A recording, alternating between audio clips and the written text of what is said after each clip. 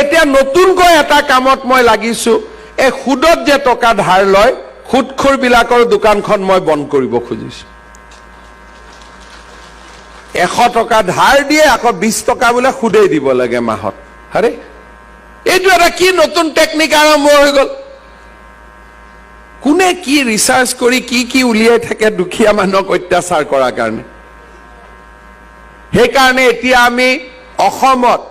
সুদখোৰ বিলাকৰ ওপৰত আমি লাগি আছো দুদিন পিছত টিভিত পাবই যে সুদত লোৱা টকা কোনেও ঘূৰাই দিব নালাগে বুলি হেটো ফ্ৰী হৈ যাব আপোনালোকৰ তাৰো ব্যৱস্থা এটা কৰি আছো দুই এদিনতে ঘোষণা পাবই লাভ হ'ব হয় নহয়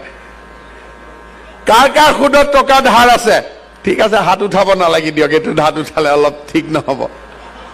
হয়নে এটো ঠিক নহয় না 100 টকা ধাৰ লয় 20 টকা সুদ দিব লাগে 30 টকা সুদ দিব লাগে আমি অসমখন অলপ সিস্টেমেটিক কৰিব লাগিব ভাল কৰিব লাগিব বন্দুক ললে অসম ভাল নহয় আন্দোলন কৰিলে অসম ভাল নহয় মনৰ ভিতৰত যেতিয়া জননী জন্মভূমিৰ প্ৰতি নিষ্ঠা থাকিব তেতিয়া আমাৰ অসমখন ভাল হ'ব আৰু এতিয়া নতুনকৈ এটা কামত মই লাগিছো এই সুদত যে টকা ধাৰ লয় সুদখোৰ বিলাকৰ দোকানখন মই বন্ধ কৰিব খুজিছো 100 টকা ধাৰ দিয়ে আকৌ 20 টকা বোলে সুদে দিব লাগে মাহত আৰে এইটো এটা কি নতুন টেকনিক আৰম্ভ হৈ গল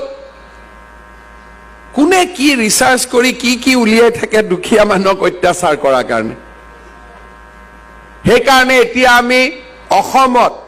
সুদখোৰ বিলাকৰ ওপৰত আমি লাগি আছো দুদিন পিছত টিভিত পাবই যে সুদত লোৱা টকা কোনেও ঘূৰাই দিব নালাগে বুলি হেটো ফ্ৰী হৈ যাব আপোনালোকৰ তাৰো ব্যৱস্থা এটা কৰি আছো দুই এদিনতে ঘোষণা পাবই লাভ হ'ব হয় নহয় কাৰ সুদত টকা ধাৰ আছে ঠিক আছে হাত উঠাব নালাগি দিয়ক এটো হাত উঠালে অলপ ঠিক নহব